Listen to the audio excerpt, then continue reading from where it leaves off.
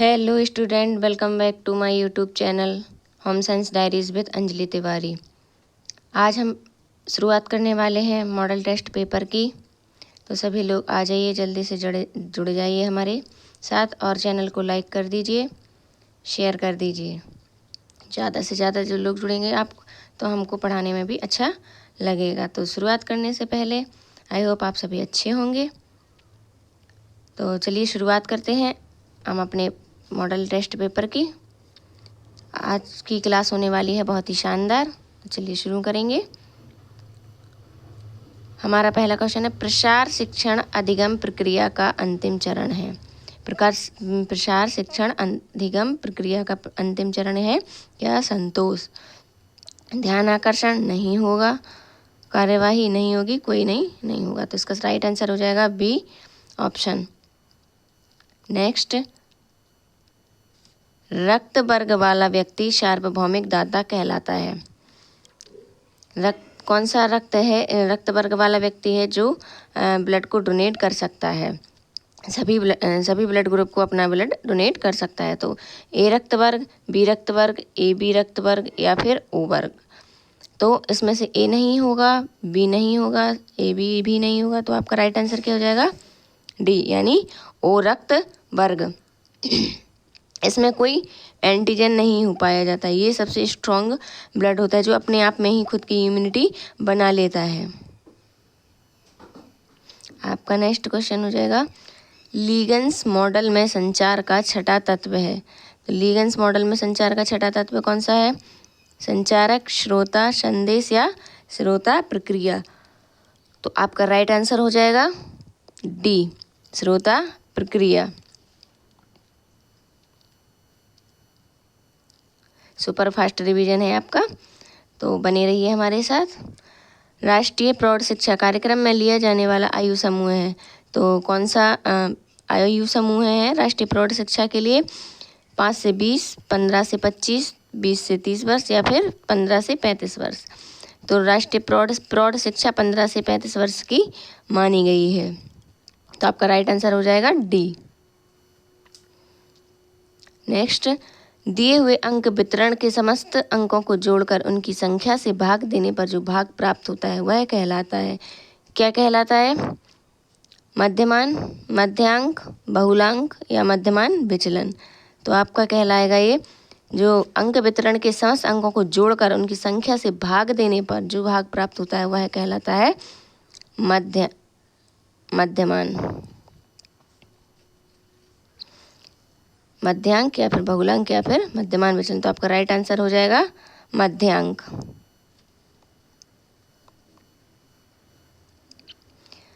प्रौढ़ शिक्षा से लाभ है। प्रौढ़ शिक्षा से क्या लाभ है? राष्ट्रीय विकास में, आर्थिक विकास में, सामाजिक पुनर्गठन में या फिर इनमें से सभी।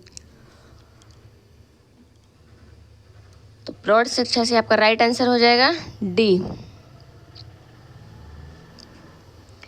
नेक्स्ट होगा, प्रसार शिक्षा का आधार है। प्रसार शिक्षा का आधार कैसा होना चाहिए? ग्रामीण जीवन, शहरी जीवन, कस्बाई जीवन या फिर महानगर। तो इसमें आपका राइट आंसर हो जाएगा ग्रामीण जीवन। यानी कि जो प्रसार शिक्षा हम देते हैं तो वो किसको देते हैं? जो पढ़ाई छोड़ चुके हैं या फिर जो पढ़ना चाहते हैं, गांव के लोग हैं, शिक्षित होना चाहते हैं, मतलब तो हम उनके गांव के जीवन को अच्छा बनाने के लिए प्रसार शिक्षा चलाते हैं। नेक्स्ट है, केयर भारत में कार्य कर रही है। केयर भारत में कार्य कर रही है कब से? 1950 से। कि 1930 या 1940? नहीं, आपका राइट आंसर है सी, 1950 से। संचार का प्राथमिक उद्देश्य क्या है? संचार में प्राथमिक उद्देश्य क्या होना चाहिए आपका? मनोरंजन, सूचना का आदान प्रदान, बहस करना या फिर चुप रहना। तो क्या हो जाएगा आपका राइट आंसर? प्राथमिक उद्देश्य क्या है? सूचना का आदान प्रदान। जब हम संचार कम्युनिकेशन करते हैं एक दूसरे, तो सबसे पहले क्या करते हैं? अपनी अपनी बातों का एक दूसरे को बताते हैं, तो वही होता है सूचना का आदान प्रदान करना। नेक्स्ट हो जाएगा, निम्नलिखित में से कौन सा मौखिक संचार का उदाहरण है? तो मौखिक संचार आपका क्या होगा? पत्र, ईमेल, ग्राफ या फिर भाषण। तो मौखिक संचार यानी कि मुंह से बोलने वाला संचार। तो पत्र आपका लिखित संचार है, ईमेल, ग्राफ ये तीनों आपके लिखित संचार हैं। तो मौखिक संचार क्या है? भाषण। तो आपका राइट आंसर हो जाएगा भाषण, ए।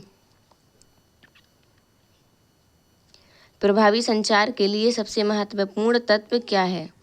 तो अच्छा प्रभाव डालने के लिए संचार का सबसे महत्वपूर्ण तत्व किसे माना गया है? शोर को, स्पष्टता को, जटिल भाषा को या अस्पष्टता को। तो किसको माना गया है? स्पष्टता को। आपका राइट आंसर हो जाएगा बी। बहुत ही आसान क्वेश्चन है, कुछ प्रीवियस ईयर्स के लिए गए हैं, कुछ हम मेड बनाए गए हैं मेरे द्वारा। तो देखिएगा, आपको जो भी गलत लगे या फिर तो आप लोग कमेंट बॉक्स में ज़रूर बताना। मनोवैज्ञानिक थकान कितने प्रकार की होती है? तो मनोवैज्ञानिक थकान कितने प्रकार की होती है? 2।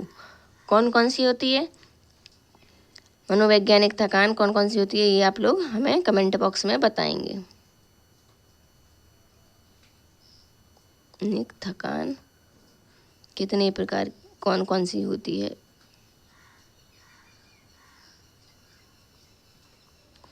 चलिए नेक्स्ट देखते हैं। पोंछा लगाना किस प्रकार का कार्य है? तो पोंछा लगाना किस प्रकार का कार्य है? मध्यम, भारी, हल्का या फिर कोई नहीं। तो पोंछा लगाना आपका कैसा काम है? भारी काम है। अच्छा, झाड़ू लगाना किस प्रकार का कार्य है? झाड़ू लगाना किस प्रकार का कार्य है? तो झाड़ू आपका हल्का कार्य के अंतर्गत आएगी। इन सब में आप ना एग्ज़ाम टाइम पे इंग्लिश वर्जन को भी देख लिया करिए, क्योंकि कभी कभी क्या होता है इंग्लिश और हिंदी में थोड़ा सा डिफरेंस हो जाता है, इसकी वजह से क्वेश्चन हिंदी में गलत हो जाते हैं। ठीक है, नेक्स्ट क्वेश्चन होगा, आयोजन करना, निर्णय करना किस प्रकार का प्रयास है? तो आयोजन करना, निर्णय करना किस प्रकार का प्रयास है? चक्षु, मानसिक, मूढ़न या फिर पद प्रयास।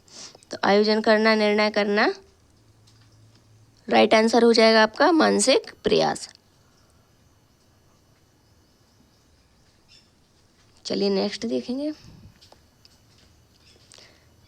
झुकना, बैठना, उठना किस प्रकार का प्रयास है? तो झुकना, बैठना, उठना आपका मूढ़न प्रयास है, शारीरिक प्रयास है, मानसिक प्रयास है या फिर चक्षु प्रयास है।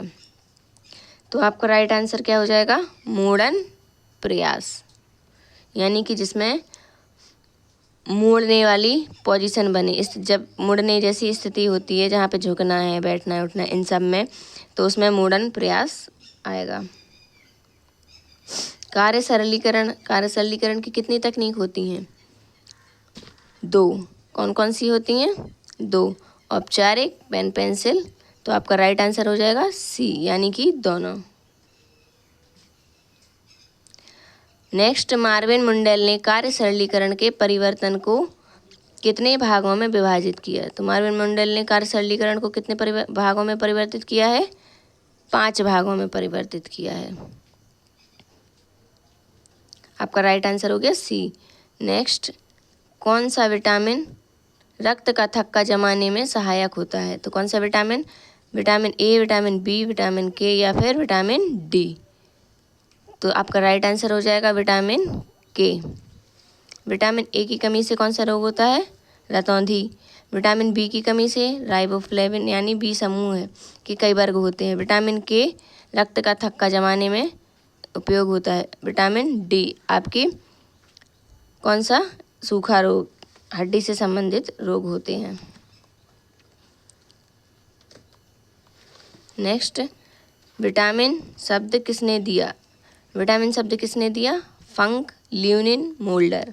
तो आपका राइट आंसर क्या हो जाएगा? किसने दिया? फंक ने। विटामिन शब्द किसने दिया? फंक ने। आपका राइट आंसर हो जाएगा ए। नेक्स्ट पे आते हैं, विटामिन के की खोज किसने की? तो विटामिन के की खोज किसने की? डैम, दोजी, कैरियर या फिर जेम। तो किसने की थी विटामिन के की खोज?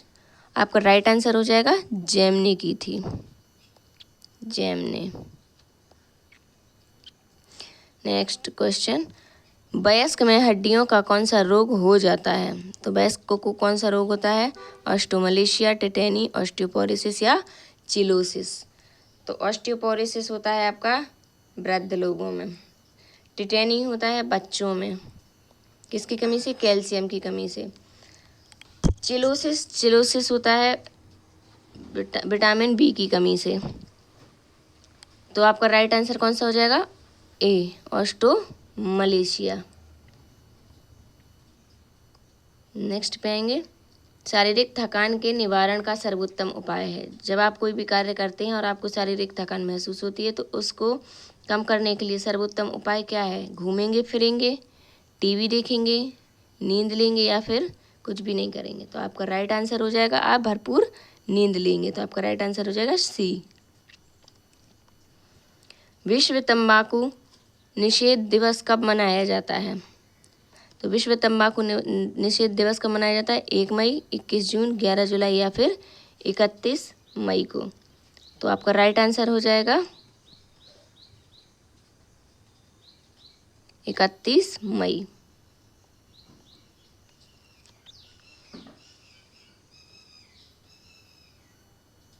नेक्स्ट पे आएंगे, प्रोटीन प्राप्ति का मुख्य वनस्पति जन्य में स्रोत कौन सा है? प्रोटीन प्राप्त वनस्पति वर्ग में कहाँ से प्राप्त होता है? सब्जियों से, फल से, सोयाबीन दाल से या फिर सलाद से। तो आपका राइट आंसर हो जाएगा सी, यानी सोयाबीन और दाल से। सोयाबीन और दाल में कितने प्रतिशत प्रोटीन पाया जाता है? कमेंट बॉक्स में आप लोग बताइएगा। जैसे सोयाबीन में शायद 42% प्रोटीन पाया जाता है। सबसे ज़्यादा सोयाबीन में होता है, फिर दालों में होता है। चलिए नेक्स्ट पे आते हैं। अंकुरित अनाज में भोजन का कौन सा तत्व पाया जाता है? तो अंकुरित अनाज में भोजन का खनिज लवण, विटामिन बी या प्रोटीन या फिर सभी। तो अंकुरित अनाज में भोजन का तत्व पाया जाता है विटामिन बी। आपका राइट आंसर हो जाएगा।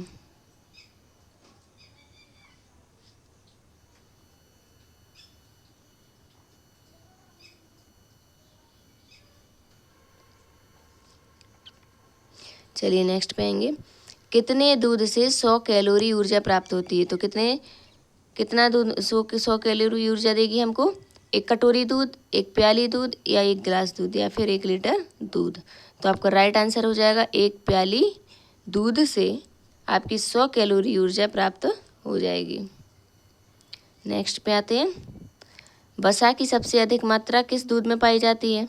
तो सबसे ज़्यादा वसा किसके दूध में होती है? माँ के, गाय के, बकरी के या भैंस के। तो सबसे ज़्यादा वसा होती है आपके भैंस के दूध में। तो आपका राइट आंसर हो जाएगा डी। चलिए नेक्स्ट पे आएंगे, मूत्र की शुद्धि किस अंग में होती है? तो मूत्र की शुद्धि होती है आपके अमाशय, फेफड़े, वक्र या फिर हृदय। तो फेफड़े से नहीं होगी, हृदय से नहीं होगी, अमाशय भी नहीं होगा। तो आपका राइट आंसर क्या हो जाएगा? सी, यानी वक्र यानी किडनी।